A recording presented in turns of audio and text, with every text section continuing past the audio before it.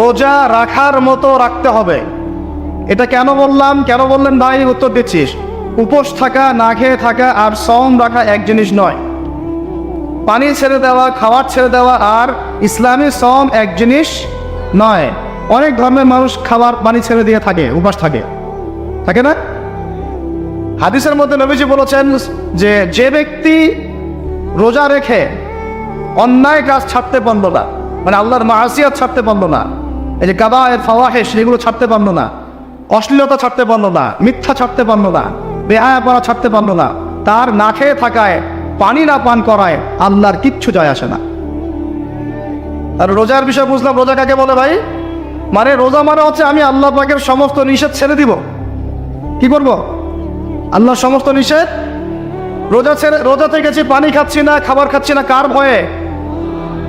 গোসল করার সময় এক ঢোক পানি খেলে কে দেখবে?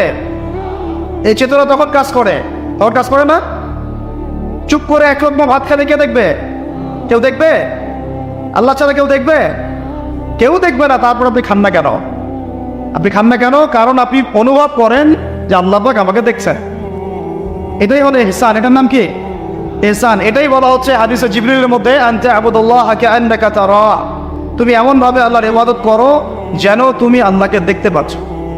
ওয়া ইল্লাম তাকুন তারাহু, তুমি যদি আল্লাহকে দেখতে না পারো জেনে রাখো ফাইন্নাহু ইয়ারাক, আল্লাহ পাক তোমাকে দেখছেন। এইটাকে বলে আল্লাহ কনসিয়াসনেস বা ইহসান বা তাকওয়া।